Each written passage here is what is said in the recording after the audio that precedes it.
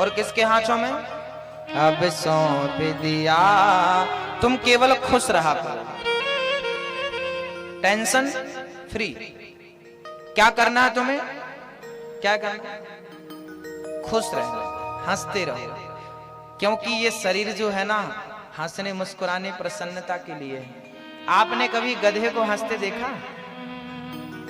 पीथमपुर में गधे हंसते हैं, बिल्ली हंसती है, कुत्ता, भैंस हंसती है? नहीं नहीं। 84 लाख योनियों में केवल मनुष्य अर्थात आपको और हमको हंसने का मौका मिला। खूब हंसा करो, अभी हंस लो, क्या बिगड़ा है?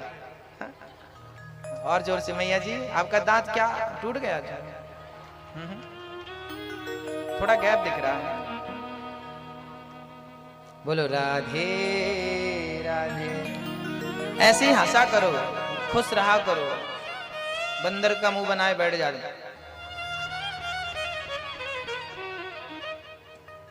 ये मुंह अच्छा थोड़ी लगता है। मेकअप करने से भी आप इतने सुंदर नहीं लगते जितने सुंदर आप मुस्कुराने से लगते हैं। होठों की मुस्कान ही आपकी सबसे बड़ी सुंदरता। वो सुंदरता तो ना जाने कहां चली गई, लीपा पोती पहले कर लेते हैं। जो रियल है वो रियल है सो है। इसलिए सदा मुस्कुराओ, सदा प्रसन्न रहो। हाल बेहाल सब चलता रहता है। हाँ मैया जी, टेंशन घर पे, पहली बात तो टेंशन लेने का नहीं। अच्छा एक बात बताओ, हमारी टेंशन लेने से क्या कोई समाधान होता है? हल होती है समस्या? यदि हमारे टेंशन लेने से समस्या हल हो रही है तो हम ले लें, होती है। एक बात बताओ कि हमारा चाहा कुछ होता है क्या?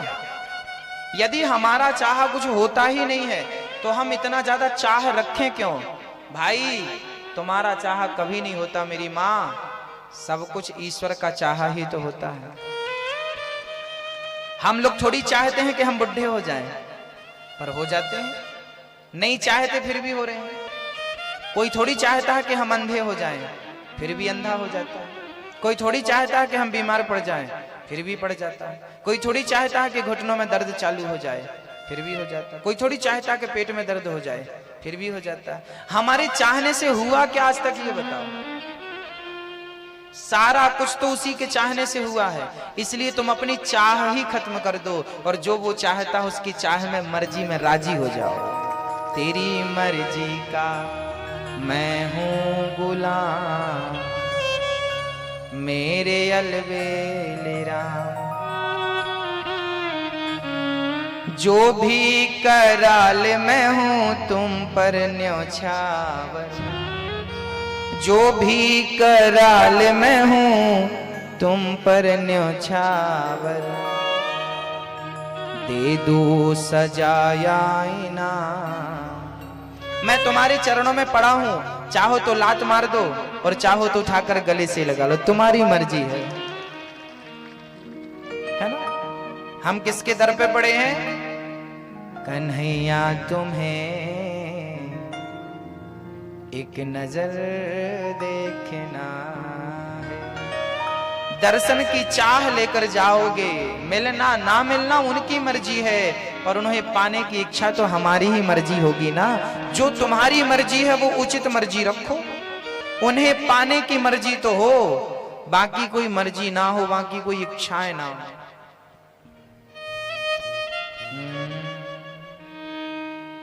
जाओ कहां?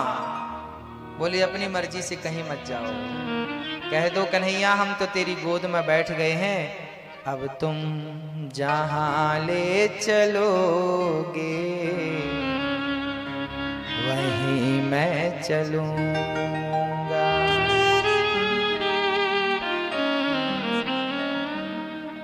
जहां नाथ रख दोगे,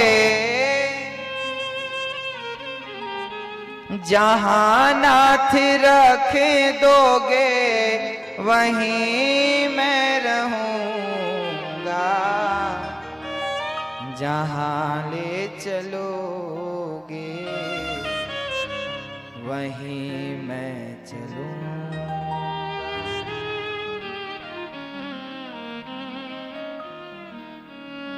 कुछ नहीं, अपनी मर्जी से एक कदम नहीं बढ़ाओ। तेरी मर्जी का गुलाम हूं और हम तो कहते हैं सब कुछ सौंप दो। अब सौंप दिया इस जीवन का सब भार तुम्हारे हाथों। मेरे पास कुछ नहीं, ये पैसा है, ये जब तक मेरे पास होगा ना तो इसे संभालने की चिंता मुझे होगी, पर ये भगवान को दे दी। अब तू जान, तेरा काम जाने, मैं क्या जानूं। तो सारी चीजें अपने पास रखोगे तो टेंशन होगी। सब कुछ दे दो ना कन्हैया को। ये हम कहते हैं कि तुम घर के मालिक हो ना, कह दो कि कन्हैया मैं तेरा चाकर हूं, तू मेरा मालिक। बना दो उसको अपने घर का ठेकेदार, बना दो उसको अपने घर का मालिक, फिर देखो आनंद ही आनंद है। अब सौंप दिया इस जीवन का सब भार तुम्हारे हाथों में। क्या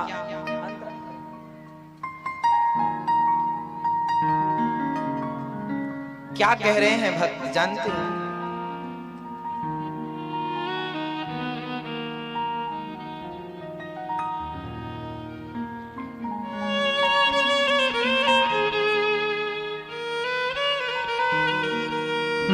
मेरा निश्चय बस एक यही,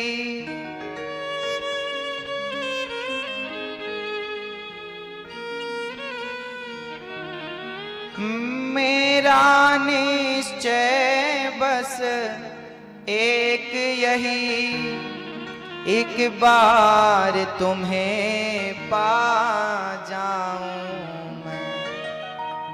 एक बार तुमको पाने की इच्छा, और अर्पण कर दूं दुनिया भर का सब प्यार तुम्हारे हाथों में।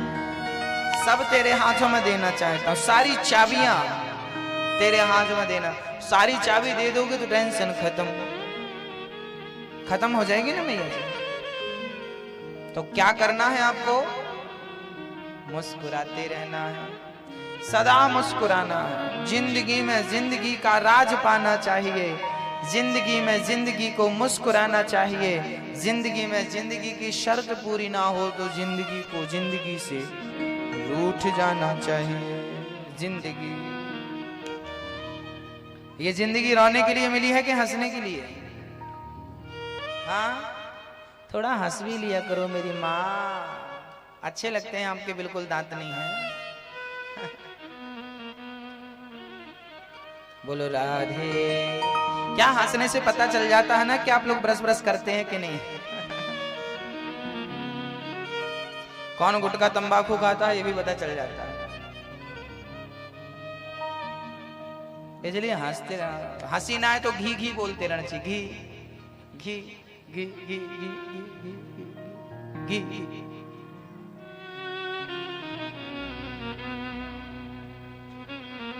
कल हमने सुना भगवान ने गोवर्धन उठा लिया। हाँ, गोवर्धन उठा लिया। भगवान ने गोवर्धन उठाया, गो का वर्धन किया। इंद्र की पूजा करने की जो गलत परंपराएं थी वो बंद कर दी। भगवान कृष्ण के पिता नंद बाबा किसकी पूजा करते थे? इंद्र की पूजा करते थे, साल में एक बार। भगवान बोले इंद्र की पूजा ना करो, गोवर्धन की पूजा करो। पुरानी परंपराओं को, गलत परंपराओं को भगवान ने बंद कर दिया और सही परंपराओं को चालू कर दिया। आप भी अपने घर में जो गलत परंपराएं चालू रखे हैं, कृपया उन्हें जल्दी से बंद करें और नई परंपराएं, अच्छी परंपराओं को आगे बढ़ाएं। जैसे गलत परंपराएं क्या? उदाहरण के तौर पे कई लोगों के घर पे बकरा काटते हैं। और कहते हैं हमारी देवी मांगती है। कौन सी देवी है भाई जो बकरा खाती है? क्यों बदनाम कर रहे हो देवी? खाना तुमको, देवी देवता का नाम लगा रहे हो। पड़ेंगे डंडे, भगवान मारेंगे तब अक्कल आएगी। कोई देवी देवता बकरा बकरा नहीं मांगती। अपने स्वाद के लिए आप बदनाम कर रहे हो देवी देवताओं को। अरे महाराज जी, हमारे तो शादी हो, कोई भी काम हो तो हमारे बकरा चढ़ता है, देवी मांगती है। अरे भाई, बकरा चढ़ाने से देवी खुश होती है तो बकरा तो एक जीव है। खुश करना है तो फिर अपना सिर काट दो ना, बहुत जल्दी खुश हो जाएगी। अपने आप का बलिदान दे दो। खुशी करना ना देवी को तो तुम अपने। रावण तो सिर काटता था, रावण बकरा नहीं चढ़ाता था, वो भी बलिदान देता था। पर रावण ना अपने सिर काटता था, उसमें घी भरता था और स्वाहा। 10 सिर थे, सोचा 2-4 काट दो। 2-4 बच्चे पैदा करो, बलिदान कर दो। चढ़ाना, बकरी को मारना, वो भी तो किसी माँ का बेटा है बकरा। उसकी भी तो, उसने भी तो दूध पिलाया है जैसे तुमने अपने बच्चे को पिलाया है। ये बहानेबाजी मत करो। कोई देवी देवता कहीं लिखा बता दो तो मैं आपका जीवन भर गुलाम हो जाऊंगा। कहीं नहीं लिखा कि किसी देवी देवता को बलिदान बोलते ना। बलिदान का पहले अर्थ तो समझो। बलि, इसका संधि विच्छेद करते हैं। बलिदान, बलि प्लस दान बराबर बलिदान। बलि किसका नाम था? राजा बलि, जिनके यहां वामन भगवान गए थे। बलि ने क्या दान किया था? पूरा सर्वस्व, अपने आप को दान कर दिया, सब कुछ दान कर दिया। तो जब राजा बलि ने सब कुछ दान किया, उसके बाद से लोग जब सब कुछ दान करने लगे तो उसका नाम हो गया बलिदान। बलिदान का अर्थ है सर्वस्व दान कर देना ही बलिदान है। बलि की तरह, राजा बलि की तो सब कुछ दे दो, इसका नाम बलिदान। बकरा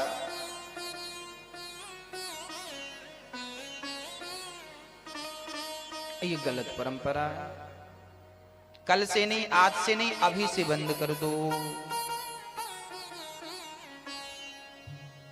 और चढ़ाना है तो बुढ़ा, जितने बुढ़े हो आपके कुल में, मरना तो है ही, देवी जल्दी खुश हो जाएगी। जितने बुढ़े सबका सिर झुकाओ, तलवार उठाओ, जय काली प्रसन्न हो, भद्रकाली। अच्छा जनसंख्या भी मेंटेन हो जाएगी और देवी भी खुश हो जाएगी। सारे बुढ़ों को, यदि देवी तुम्हारी ज्यादा ही बकरा बकरा मांगती है, और जल्दी बकरे में क्या रखा है? देखो तरीका सारे हैं अपने पास, उपाय बता देंगे हम आपको हर चीज का।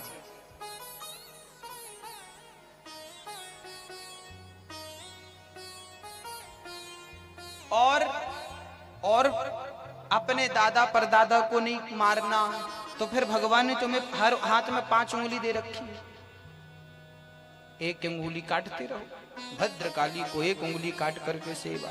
हमारे गांव के पास माता जी का एक मंदिर है, वहां पर लोग ना अपनी जीभ काट के चढ़ाते हैं। किसको? माता जी को। आज भी आप लोग जाएंगे, बहुत सारी माता जी के मंदिर आसपास भी आपने देखा और सुना होगा, जीभ काट के चढ़ाते हैं। और माता जी का ऐसा प्रताप है कि जीभ काट के जिसने चढ़ाई है उसकी 10 मिनट के अंदर जीभ वापस दे देती है माता जी। सुना कभी आप लोगों ने? हाँ। तो चढ़ाना है तो भाई अपना बलिदान। अरे चढ़ाना है तो अपना अहंकार चढ़ा दो, चढ़ाना है तो अपना क्रोध चढ़ा दो। आपके अंदर जो लाखों बुराइयां हैं उनका बलिदान करो। बकरे में क्या रखा है? कब जानोगे, कब जागोगे, कब समझोगे? ये जो परंपराएं, गलत परंपराएं हैं, इनको खत्म करो, इनको नष्ट करो।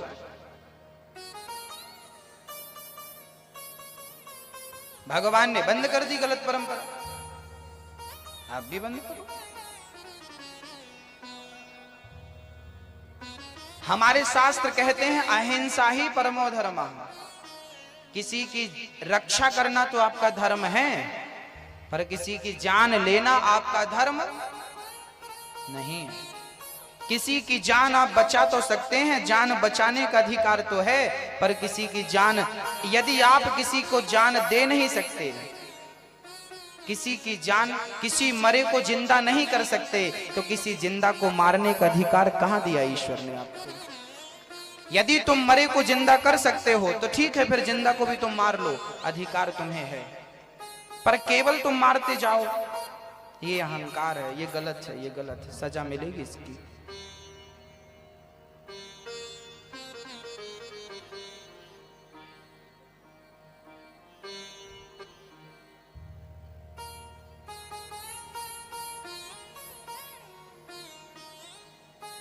बोलो राधे राधे।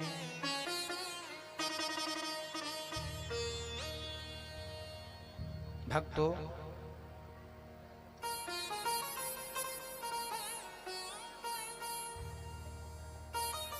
भगवान श्री कृष्ण आज यमुना के पावन तट पर के सुंदर सी बांसुरी बजा रहे हैं। वरहा पीडम नटवर बपुः कर्णयो कर्णिकारं बिभ्रद्वासः कनक कपिशं वैजयन्तीं च मालाम् रन्ध्रान् वेणोरधर सुधया पूरयन् गोपवृन्दैर् वृन्दारण्यं स्वपदिरमणं प्राविशद्गीतकीर्तिः।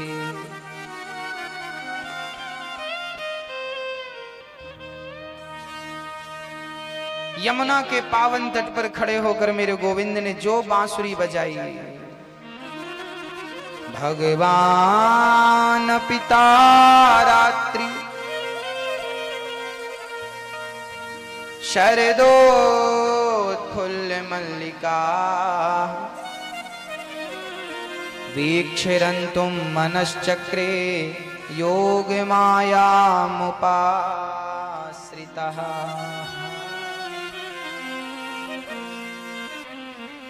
देखो, शरद पूर्णिमा की पावन रात्रि आई, उस रात को भगवान ने बड़ी सुंदर बांसुरी बजाई, बहुत अद्भुत बंसी। उस समय, जिस समय भगवान ने बंसी बजाई, गोपियां अपने अपने काम में बिजी थीं, व्यस्त थीं। एक सखी, शाम का टाइम था, गैया चर के जंगल से आई, एक सखी गाय दो रही थी, एक सखी आंखों में कजरा लगा रही थी, एक सखी का बच्चा जाग गया, उसे दूध पिला रही। अपने अपने कामों में गोपियां व्यस्त थीं, तभी मेरे गोविंद ने बंसी छेड़ दी। चारों तरफ उस बंसी की ध्वनि जब गई तो गोपियों के कानों में पड़ी। अच्छा, जब बंसी बजी तो गोपियां तो बहुत थीं, पुरुषों ने भी सुनी होगी, दुष्टों ने भी सुनी होगी ना। बोले, जब भगवान की बंसी बजी तो बंसी की तान वही लोग सुन पाए जिन्हें भगवान ने सुनवाना चाहा। कहते हैं ना कि भगवान की कथा वही सुन पाता है जिसे वो सुनवाना चाहते हैं, भगवान का दर्शन वही कर पाता है जिसे वो दर्शन देना चाहते हैं। कथा में तुम आ भी जाओ और यदि वो ना चाहे तो बैठे रहोगे, आप सुन कुछ नहीं पाओगे, और सुनवाना चाहे तो किसी भी प्रकार कहीं भी रहो, वो खींच के ले आएगा अपने चरणों में। वो कृपा करते हैं ना, जो बड़ी महिमा रखो, क्या बताऊं, बड़ी बड़ी अद्भुत महिमा।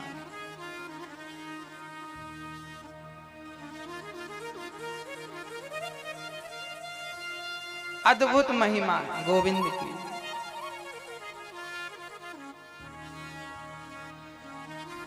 जब बंसी बजी तो गोपियां अपने काम में बिजी थी, एक सखी गाय दोह रही थी, और जब बंसी की तान सुनाई पड़ी तो गोपी ने गाय दोहना छोड़ दिया, भूल गई। वो बंसी में इतनी खो गई, इतनी डूब गई भक्तों कि वो गाय थन पकड़ती है तो पकड़ी है तो पकड़ी रही, और बर्तन नीचे था तो नीचे पड़ा ही रहा, और वो इतनी मस्ती से बंसी सुनने लगी कि अपने आप को भूल गई। और सच तो ये है कि वो गई नहीं, वो भगवान की बंसी जिस ओर से आ रही थी वो ध्वनि उस ओर चल पड़ी, और चलती चलती वो गोविंद के समीप पहुंच गई। एक सखी आंखों में काजल लगा रही थी, बंसी की तान सुनाई पड़ी, काजल लगाना भूल गई, एक आंख में लगा दूसरे में लगा ही नहीं, बंसी सुनाई पड़ी, उसी हालत में दौड़ पड़ी अपने गोविंद से मिलने के लिए। इतनी उत्कंठा मिलन की कि वो अपने काम को महत्व नहीं, अपने श्याम को महत्व देती हैं। काम जहां था वहीं है, काम तो कल भी हो जाएगा, पर कथा जो आज हो गई वो कल कहां होगी। गोपियां काम को नहीं श्याम को महत्व दे रहे हैं। एक सखी तो बच्चे को दूध पिला रही थी,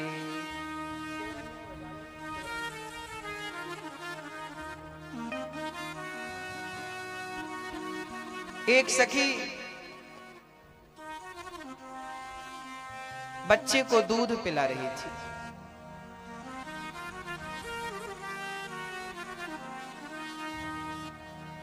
बच्चे को भी दूध पिलाना शुरू ही किया था कि बंसी की तान सुनाई पड़ गई। भूल गई सखी कि मेरी गोद में एक बच्चा भी है। नीचे किया बालक को, खड़ी हो गई, और जिस ओर से बंसी आ रही थी उस ओर सखी दौड़ पड़ी। अर्थात गोपियों के हृदय में भगवान के प्रति इतना प्रेम था कि वो काम, बच्चे को दूध पिलाने जैसे काम को भी वो छोड़ करके और भगवान से मिलने के लिए चल पड़ी। अर्थात गोपियों के जीवन में कृष्ण का कितना महत्व था, कितना प्रेम रहा होगा, आप इस छोटी सी बात से कल्पना कर सकते हैं। ये बात सुखदेव जी केवल इसलिए कह रहे हैं कि आप कल्पना कर लें कि उनका प्रेम किस कोटि का रहा होगा।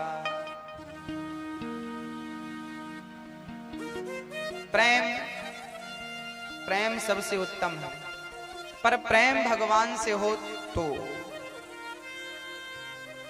यदि आपने दुनिया वालों से प्रेम किया, गलत है, प्रेम गलत है। दुनिया वालों से प्रेम करोगे तो गलत है, और वो प्रेम दुनिया वालों से ना करके गोविंद से करोगे तो वो प्रेम बिल्कुल सही है, सही जगह।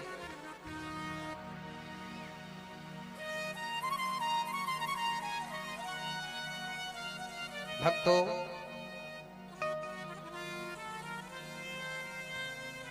सारी सखियां आ गई, भगवान ने गोपियों का स्वागत किया। स्वागतम वो महाभाग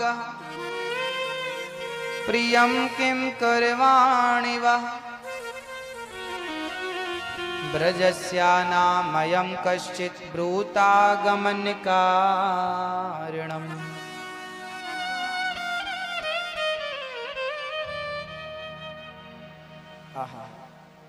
सबका स्वागत, स्वागतम वो मां, आओ। सखियों को भगवान बुला रहे हैं, देवी आओ आओ आओ। आई सखियां, सखियों को आता हुआ देख भगवान ने स्वागत किया। इतनी रात को आई हो देवियों, क्यों आई हो? अच्छा, भगवान अब पूछ रहे हैं कि आई हो, आने का हेतु क्या है, उद्देश्य क्या है? गोपियां बोली आपने बुलाया, हम चली आई। आपने हमें अभी बुलाया बंसी बजा के। भगवान बोले हमने आपको नहीं बुलाया, हम तो अपनी बांसुरी बजा रहे थे। आप आ गई, अब आ गई हो तो जाओ जाओ। भगवान बोले देवियों जाओ अपने घर को। कन्हैया, गोपियां कहने लगी श्याम सुंदर दुनिया छोड़ दी है तेरे लिए, अब तुझे छोड़ करके दुनिया में क्या जाऊं, किसके पास जाऊं? हाँ,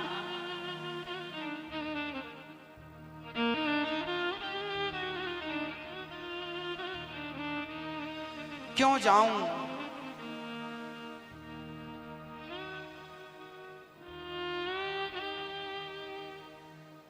भगवान ने गोपियों से कहा, देवियों, पति की सेवा कभी नहीं छोड़नी चाहिए। पति भगवान होता है नारी के लिए। नारी को अपने पति की सेवा करनी चाहिए। आप अपने पति को छोड़कर आई हो, अपने परिवार को छोड़कर आई हो, ये आपने अच्छा नहीं किया। जाओ अपने घर। गोपियां बोली, श्याम सुंदर,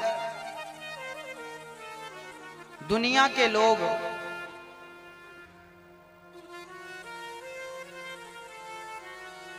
दुनिया के पति योग्य नहीं। ऐसे वर को क्या वरूं जो जन्मे और मर जाए।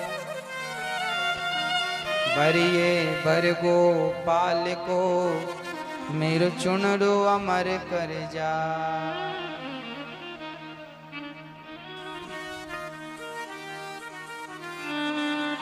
सारी सखियां गोविंद के पास पहुंच गईं और भगवान का उपदेश प्रवचन चालू हो गया। अब हम भगवान के उस ज्ञान को सुनेंगे जो ज्ञान भगवान ने गोपियों को दिया। दोहसीलो दुर्भगो वृद्धो जड़ो रोग्य धनो पिवा। भगवान कहते हैं, देवियों, अपने पति को कभी नहीं छोड़ना चाहिए, पति चाहे कैसा भी हो। अद्भुत ज्ञान, अद्भुत बात कही मेरे गोविंद ने। ये ज्ञान हम सभी के लिए बहुत आवश्यक है, इसलिए ये ज्ञान हम आप तक पहुंचाना चाहते हैं। जरूर आप इसे सुनिएगा, श्रवण कीजिएगा।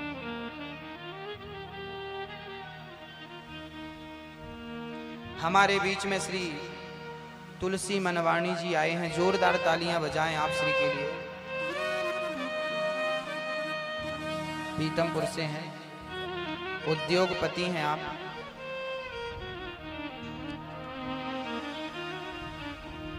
स्वागत है।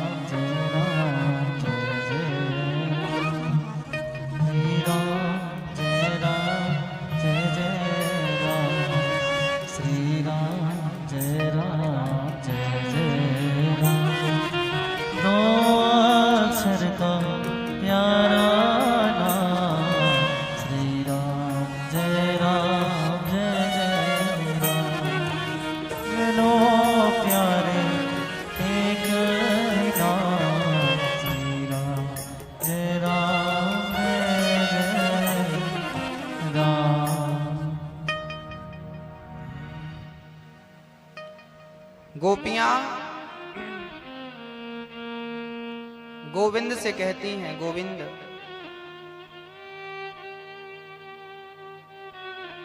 अब हम आ गई हैं, जा नहीं सकती।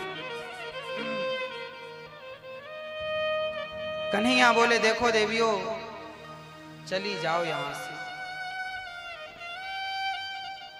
चली जाओ। पति और परिवार को छोड़कर आई हो, ठीक नहीं किया तुमने। गोपियां बोली, श्याम सुंदर, दुनिया के पति तो तस्वीर की तरह है, साक्षात पति तो आप हैं। आपको छोड़कर भला हम कहां चली जाएं। दुनिया के पति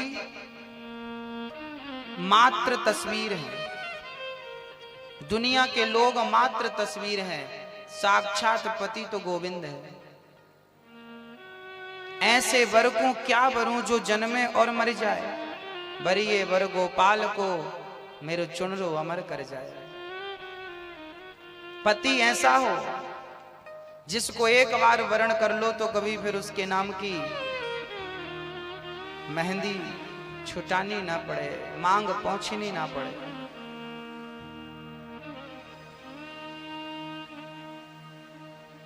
गोपियों को भगवान ने उपदेश दिया, जाओ अपने पति के पास, परिवार के पास। जब गोपियों ने कहा कि कन्हैया हमारे तो आप ही सब कुछ हैं। देखिए गोपियों की कितनी विलक्षण बात है।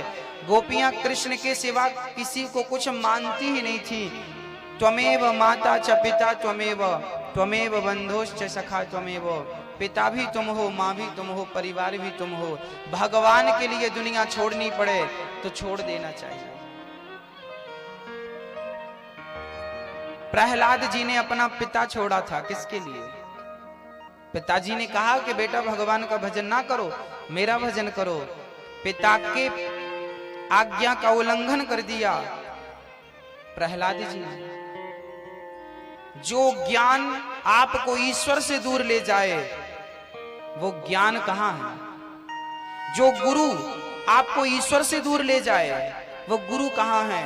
भक्तों, प्रहलाद जी ने पिता को छोड़ा, विभीषण ने भाई को छोड़ा, गोपियों ने पति को छोड़ा, और तो और राजा बलि ने शुक्राचार्य जैसे गुरु को छोड़ दिया भगवान के लिए। क्योंकि शुक्राचार्य जी मना कर रहे थे, 3 पग भूमि का दान मत करो, दान मत करो। राजा बलि कहते हैं प्रभु जिसके दर पे दुनिया हाथ फैलाए खड़ी है, आज वो मेरे दर पे भीख मांगने आया है, मैं क्यों ना उसे देकर के अपने आप को अमर कर लूं। और देकर के राजा बलि ने अपने आप को अमर कर लिया। भक्तों, गोपियों का जब भाव भगवान ने सुना, गोपियों के हृदय में अपार प्रेम था, गोविंद के चरणों में अनुराग था। पति कैसा हो? भगवान श्री कृष्ण पत्नियों से कह रहे हैं, मैया जी, ओ मैया ध्यान देना मेरी मां, पति कैसा भी हो नारी को कभी अपने पति का त्याग नहीं करना चाहिए। अब आप कहो महाराज जी पति तो दुष्ट है, शराबी है, दुर्व्यवहारी है, अब क्या करें? कोई बात नहीं, पद्म पुराण में एक छोटी सी चर्चा आती है, वो मैं आपके सामने रखता हूं। एक स्त्री थी, उसका पति बीमार हो गया, अनेक बीमारियों का शिकार हो गया। शादी के 2 वर्ष के अंदर ही उसका पति बीमार हो गया, कोढ़ का रोग हो गया, पूरा शरीर, चमड़ी उसकी गल गल के जमीन में गिरने लगती, पूरे शरीर से दुर्गंध आने लगी, गंदा दिखने लगा, सिर पे बाल नहीं बचे, बिल्कुल काला पड़ गया, ये चमड़ी गिरने लगी, पूरे शरीर में मावाद बहने लगी। पर उसकी पत्नी बड़ी पतिव्रता थी, वो अपने पति को रोज स्नान कराती, कपड़े से पोंछती, सुंदर वस्त्र पहनाती, भोजन प्रसादी कराती, और दवाई, आयुर्वेदिक सारी दवाइयां जो वैद्य जी कहते उनके शरीर में लेपन करती। ऐसा करते करते उसका पति थोड़ा सा स्वस्थ हुआ, दवाई करी पत्नी ने। अच्छा, पत्नी को घृणा नहीं लगी कि तुम शरीर से दुर्गंध निकल रही है ना?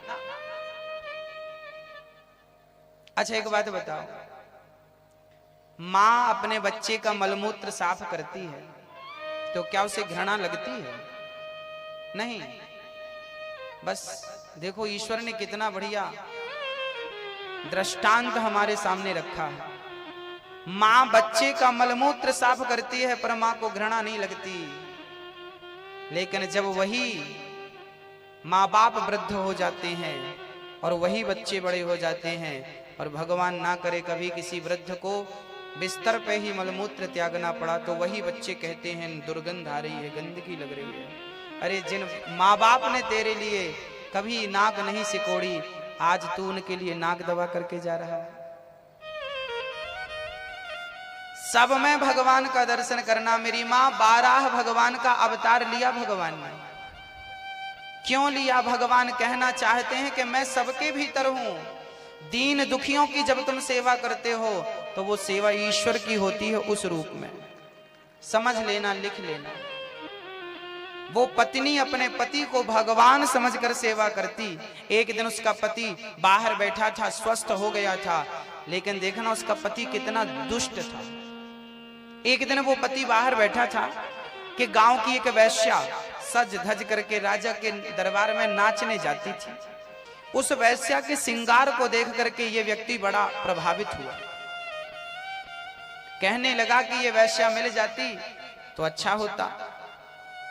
अब ये पुरुष अपनी पत्नी, अपनी पतिव्रता, इसकी पत्नी बहुत सुंदर थी, पर अपनी पत्नी को छोड़ करके उस वैश्या को पाने की इच्छा इसने रखी। पर कोढ़ी था, रोगी था, वैश्या कहां मिलने वाली इसको। वो बड़ी वीआईपी थी, राजा के दरबार में नाचती थी। ये उदास रहने लगा। एक दिन पत्नी ने पूछा, स्वामी जी आप कुछ दिनों से बड़ी उदास हैं, क्या हुआ? तो इसने बताना तो नहीं चाहा, पर जब पत्नी ने जिद करी कि आपको बताना पड़ेगा उदास क्यों है, तब इसने कह दिया कि मैं एक दिन बाहर बैठा था और वो वैश्या बाहर से निकली तो उसको देख करके मैं लट्टू हो गया। मेरा दिल उसके साथ चला गया, मैं उसे पाना चाहता हूं बस। अब देखो पति अपनी पत्नी से कह रहा है कि मैं उसे पाना चाहता हूं। आपका पति कह रहा होता आपसे ऐसा तो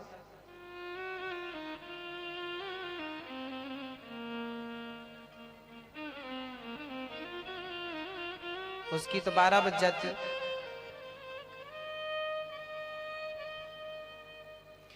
पर उस स्त्री ने क्या किया, ये शास्त्रों की चर्चा है, जरा देखिए।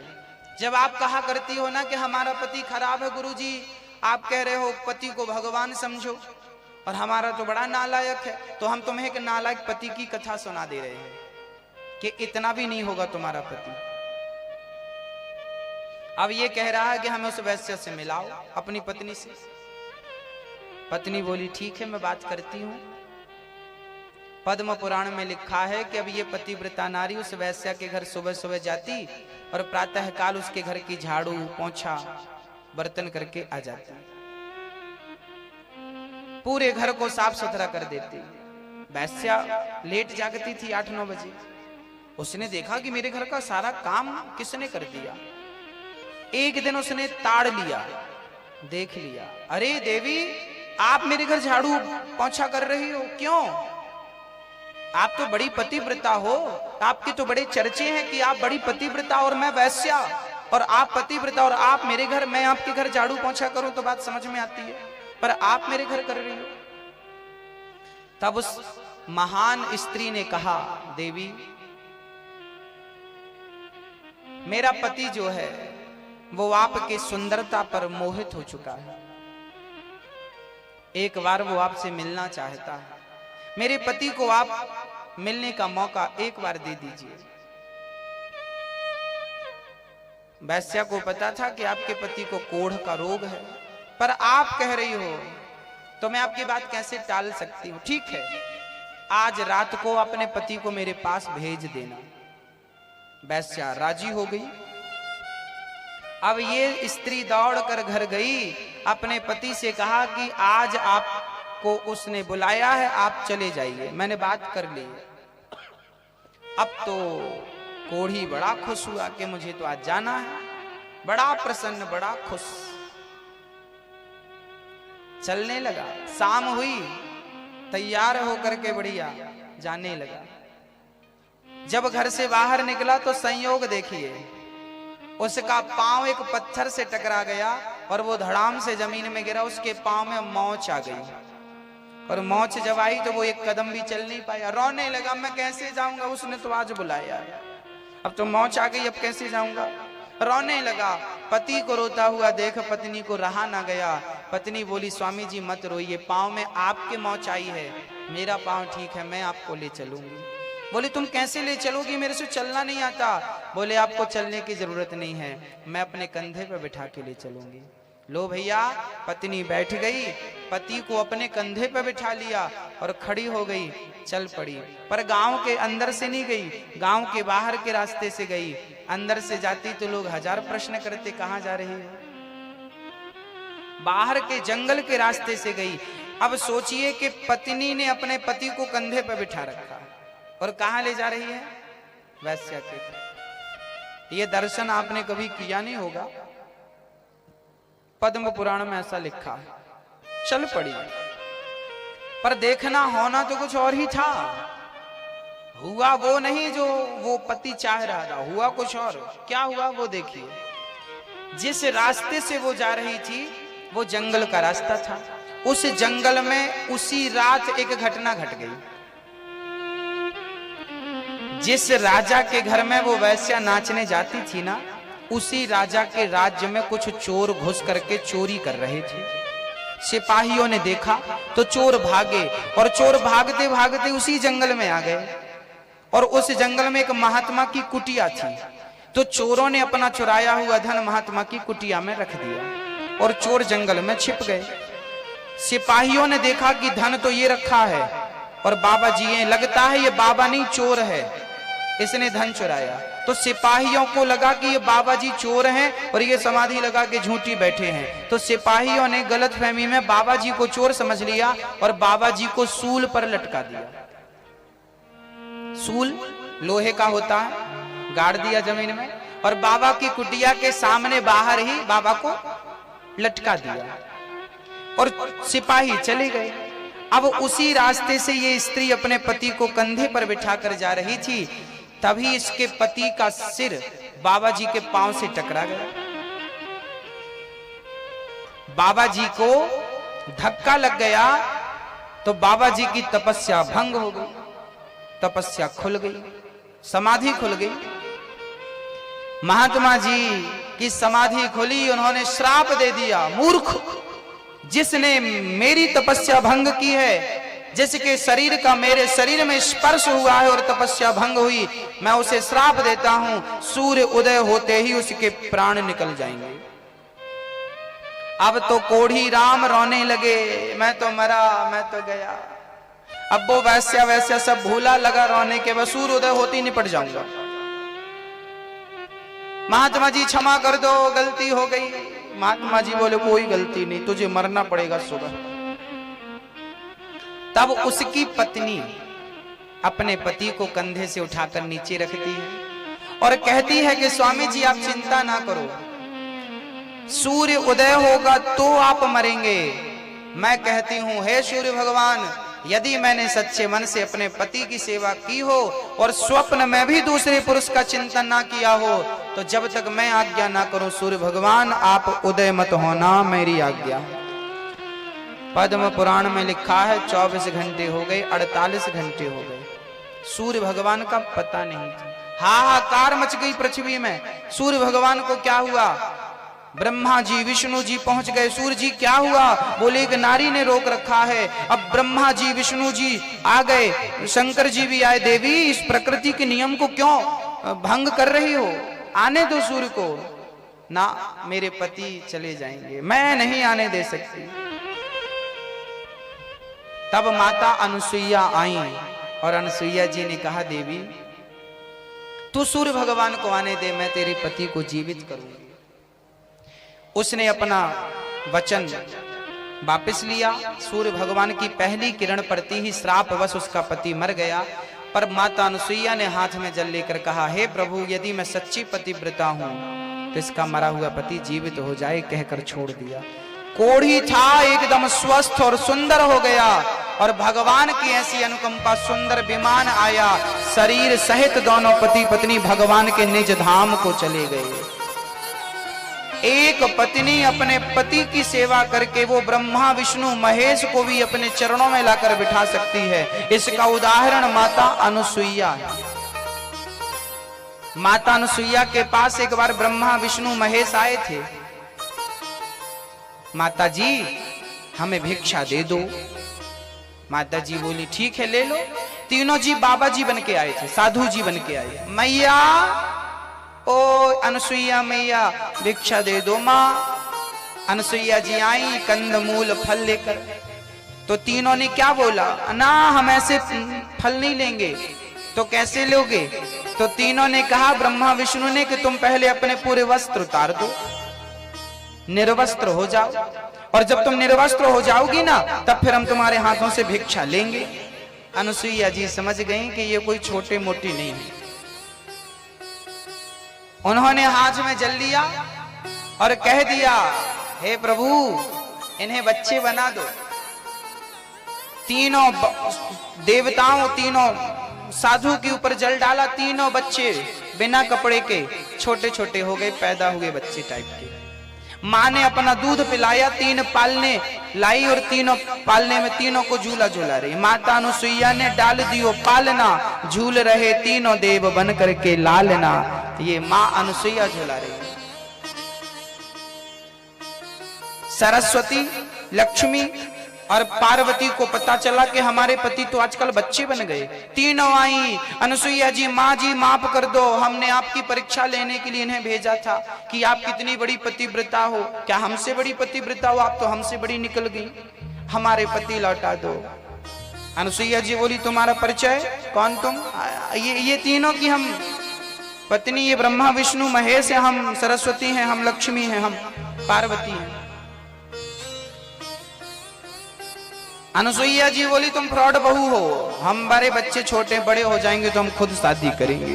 तीनों घबराएंगे, राम राम हाथ से ना निकल जाए हमारे पति। गिर पड़ी चरणों में। तो माता जी बोली फिर एक काम करो, अपना अपना पति उठाओ जाओ। अब तीनों बोली भगवान इतने इतने पति क्या करेंगे हम?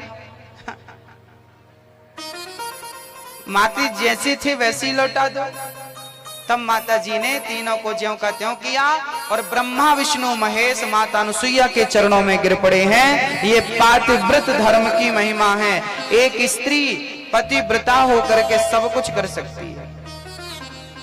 तो आपको क्या बनना है मेरी माँ? क्या बनना है? बोलो जोर से। पतिव्रता बन सकती हो, कोई बड़ी बात नहीं है। नारी को पतिव्रता ही होना चाहिए, जो अपने पति के अतिरिक्त किसी और को ना देखे, किसी पर पुरुष का चिंतन ना करे, सोचे भी ना, बस वही तो पतिव्रता है कलयुग में। अब आप कहो कि हमारा पति नालायक है, दुष्ट है, तो वो जैसा है वो रहे, उसको क्या करना, वो जैसा है वो रहे, आप अपना मस्त रहो। एक बात यहां पे और समझने की है,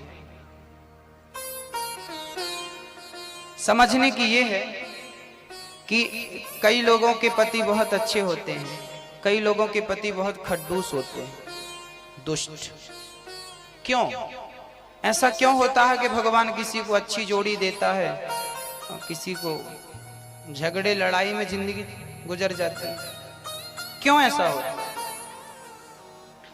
मैया जी एक बात याद रखना मेरी बात, इस सृष्टि में आपको यदि सुख मिल रहा है तो वो आपके ही पुण्यों का फल है, और यदि दुख मिल रहा है तो वो आपके ही पापों का फल है, वो आपका ही किया हुआ। को न काहू को सुख दुख कर दाता, निज कृत कर्म भोग सब भ्राता। एक पत्नी थी, वो अपने पति से बड़ी परेशान थी। देखो आपका पति पिछले जन्म में क्या था, आपका पति आपको प्यार करता है और किसी का पति किसी को गाली देता है, मारता है, प्रताड़ित करता है। क्यों ऐसा क्यों होता है, इसका उत्तर देने जा रहा हूं, ध्यान पूर्वक सुनिएगा। एक पत्नी थी, उसके पति ने आज उसकी खूब पिटाई करी। दौड़ी दौड़ी अपने गुरुजी के पास चली गई। गुरुजी, आज हमारे पति ने हमें बहुत मारा है। गुरुजी बताओ क्यों मारा है उसने हमें, बहुत क्यों मारता है? सबके पति तो बढ़िया है, हमारी पति घटिया है, क्यों? गुरुजी ने कहा ये बताओ तुम्हारे पति ने तुम्हें भोजन दिया कि नहीं? हाँ हाँ खाना तो देता। जाओ फिर। गुरुजी ने कहा तो जाओ। चली गई। दूसरे दिन फिर आई। गुरुजी आज बहुत मारा पति ने, बहुत मारा है। गुरुजी बोले कि आज उसने भोजन दिया? हाँ हाँ भोजन तो बराबर दिया। गुरुजी बोले तो फिर चली जाओ, घर जाओ। फिर चली गई। तीसरे दिन फिर आई। गुरुजी आज तो बहुत मारा, खोपड़ी फूट गई। क्यों मारा गुरुजी? गुरुजी बोले खाना दिया। अरे रोज देता है, खाना देता है कि नहीं मैं ये थोड़ी पूछ रही हूं, मारता क्यों है ये बताओ गुरुजी। गुरुजी बोले बेटी वो तुझे पिछले जन्म का तेरे से जो हिसाब था ना वो चुका रहा है। अरे ऐसा कौन सा हिसाब गुरुजी? तब गुरुजी ने कहा कि देखो ये जो आपका पति है ना, ये पिछले जन्म में आपका बेटा था। आप इसकी सौतेली मां थी। कौन सी मां? सौतेली जानते हैं? जानते हैं? सौतेली। आप सौतेली मां थी। इसकी मां मर गई थी बचपन में। तुमने बहुत अत्याचार किया था इस बच्चे पर। 4 दिन तक एक बार तुमने इसे भोजन नहीं दिया था। 4 दिन तक इसे तुमने खाना नहीं दिया था। पानी भी देती थी तो गर्म पानी देती थी पीने, जिससे मुंह जल जाए। और इसे बांध कर तुमने कपड़े उतार करके इसके पूरे, और तुमने इसकी जो पिटाई की थी पूरा शरीर लाल पड़ गया था, शरीर से रक्त बहने लगा था। लेकिन तुम इतनी निर्दयी थी कि इतनी सी दया नहीं आई, मारती गई मारती गई मारती गई। उस जन्म में, पिछले जन्म में तुमने इसके साथ जितना अत्याचार किया, जितने थप्पड़ तुमने मारे थे, एक एक थप्पड़ का इस जन्म में वो तुम्हारा पति बनकर हिसाब ले रहा, ब्याज सहित। मत भूल जाना कि ईश्वर के घर में थोड़ी देर है, अंधेर बिल्कुल नहीं। मैं दुखी हूं तो मेरे दुख का कारण मैं खुद हूं, मैं सुखी हूं तो मेरे सुख का कारण आपके अपने कर्म। आपका को ना काहू को सुख दुख कर दाता, निज कृत कर्म भोग सब भ्राता। अच्छा किया है तो अच्छा मिलेगा, बुरा किया तो पेड़ बोए बबूल का तो आम कहां से है? जो बोया है वही काटोगी मेरी मां।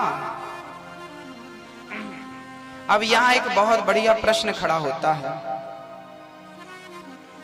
कि यदि हमारे अच्छे का ही भाई, क्या सीटी बार बार आ रही है, कम करो राधे, ठीक है। अब यहां एक प्रश्न खड़ा हुआ कि यदि हमारे अच्छे कर्मों का फल हमें अच्छा मिलना है, हमारे बुरे कर्मों का फल हमें बुरा मिलना, जब हमारे कर्मों का ही फल हमें भोगना है तो फिर भगवान की भक्ति क्यों करें?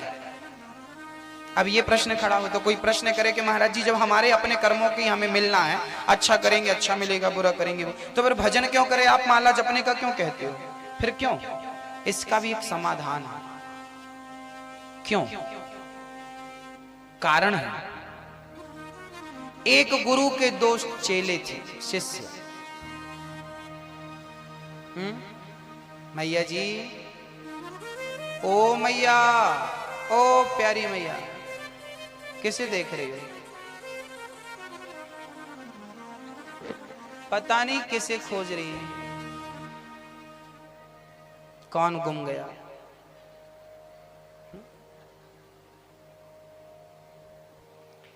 एक गुरु के 2 शिष्य थे। एक शिष्य सत्संग में जाता था, कथा सुनता था आप लोगों के जैसा, और एक शिष्य बड़ा नालायक था, वो वैश्या के घर जाता था, वैश्या का मुजरा देखने के लिए। वैश्या नाचती थी तो उसे अच्छा लगता था, जाता था।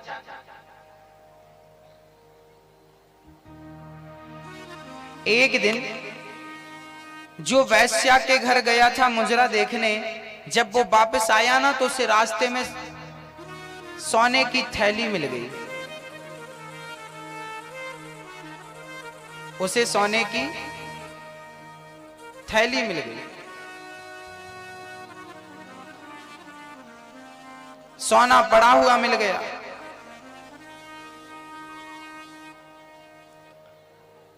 उसने सोना उठाया, माला माल हो गया।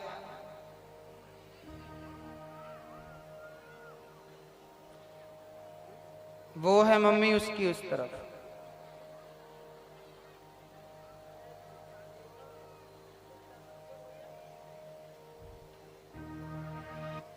झुक के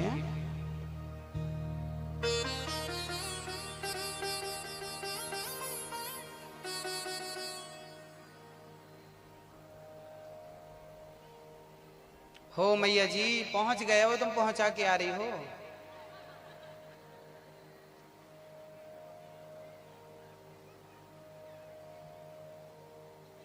मन स्थिर नहीं है क्यों?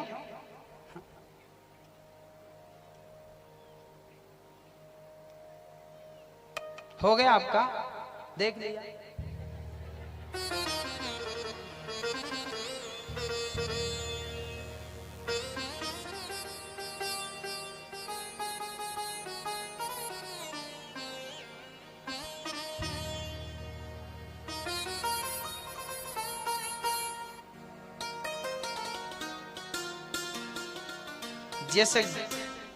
जिस बग्घी में दूल्हा बैठता है ना, उस बग्घी में जो घोड़ा होता है, तो घोड़े का मालिक उस घोड़े की आंख बांध देता है। देखा कभी आपने? घोड़े की आंख बिल्कुल दबी रहती है, बिल्कुल सीधा बस दिखता है उसको, ऐसे जो वो पट्टी लगा देता है ताकि यहां वहां न देख सके। आपको भी लगाना चाहिए वैसे कक्षा में आने के पहले, ताकि केवल ठाकुर जी दिखे, दुनियादारी ना दिखे। क्योंकि उसको दिखता रहता है ना तो फिर वो सीधा नहीं चलता, वो यहां वहां दूल्हे को कहीं और ले जाएगा, किसी और दुल्हन से मिला देगा। इसलिए घोड़े का मालिक उसकी आंखों में बांध के रखता है ताकि सीधा देखे। आपको भी बांधना चाहिए कथा में आने के पहले, क्योंकि मन रूपी घोड़ा पता नहीं कहां भाग जाए, कब भाग जाए, कोई नहीं जानता।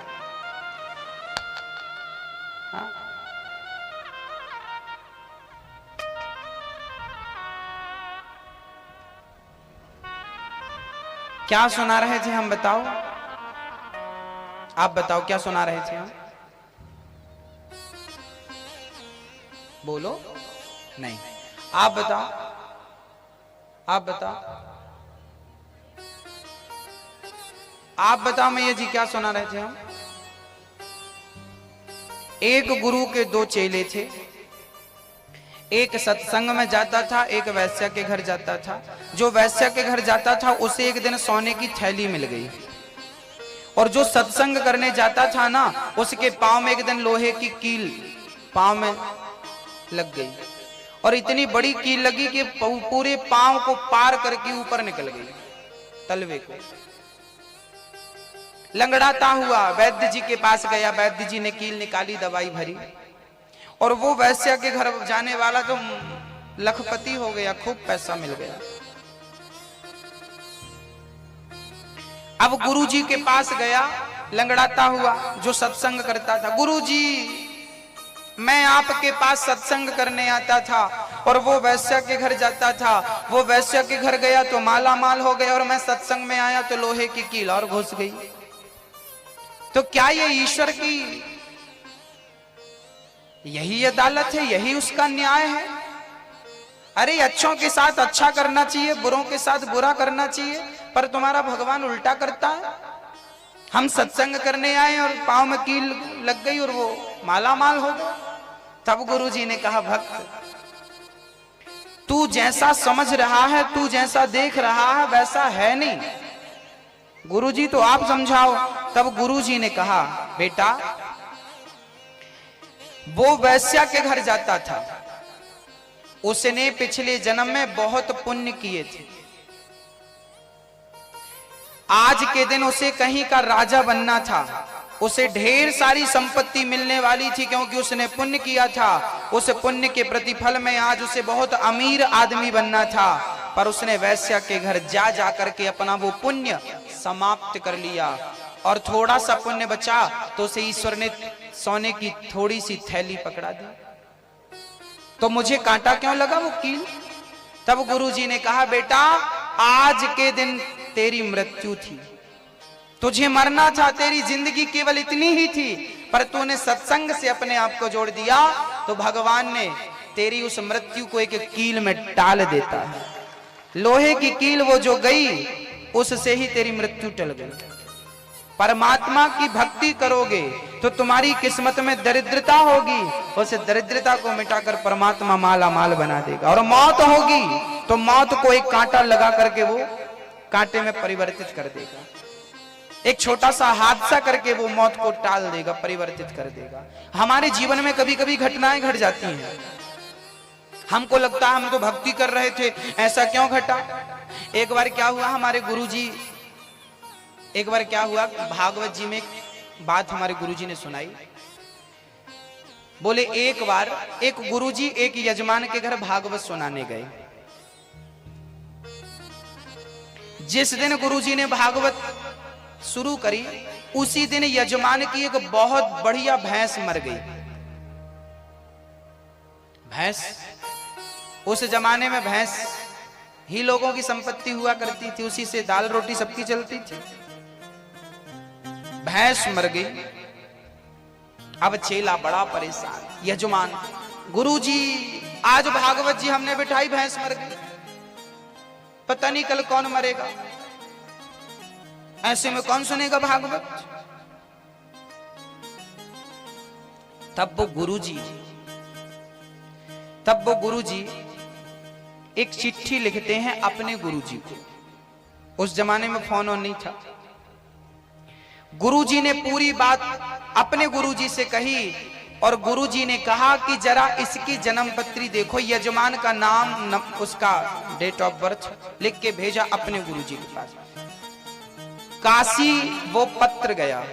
काशी में विद्वानों की एक मीटिंग हुई। विद्वानों ने कहा कि भाई इसके घर भागवत बैठी थी, इसके घर भागवत बैठी है, तो इसके घर ये अनहोनी क्यों हो गई। भागवत जिसके घर होती है उसके घर में तो कोई कष्ट नहीं आता, कोई परेशानी तकलीफ नहीं आती, फिर इसकी भैंस क्यों मर गई। इसके घर का एक सदस्य ही तो थी, वो भैंस क्यों मरी।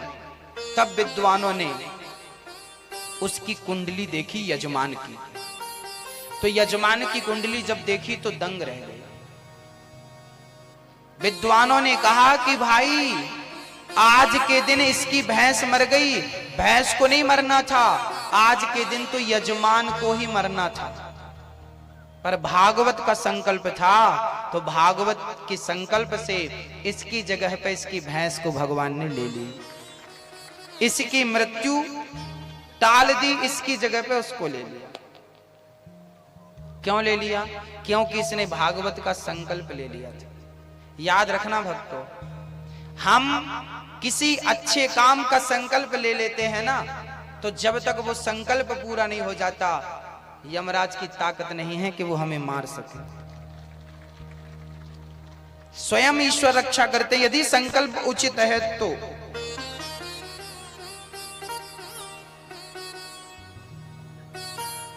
संकल्प उचित है तो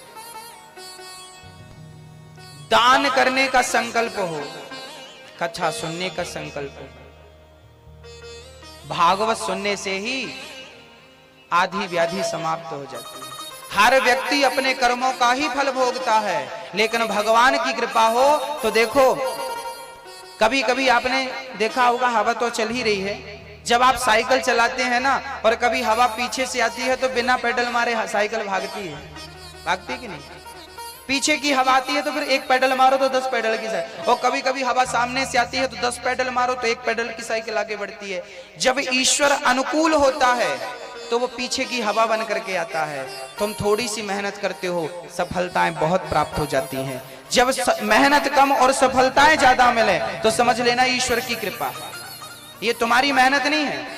और जब तुम मेहनत ज्यादा कर रहे हो और सफलताएं कम मिल रही हैं, समझ लेना कि परमात्मा प्रतिकूल है। तुम पहले परमात्मा को मना लो, परमात्मा को रिझा लो, उसकी शरण में पहुंच जाओ, उसकी कृपा होगी तो क्या असंभव है। समझ रहे हैं? तो भगवान का भजन क्यों जरूरी है? भगवान क्यों जरूरी है? क्योंकि भगवान यदि साथ में है तो बड़े से बड़ा संकट भी बाल भी बांका नहीं कर सकते।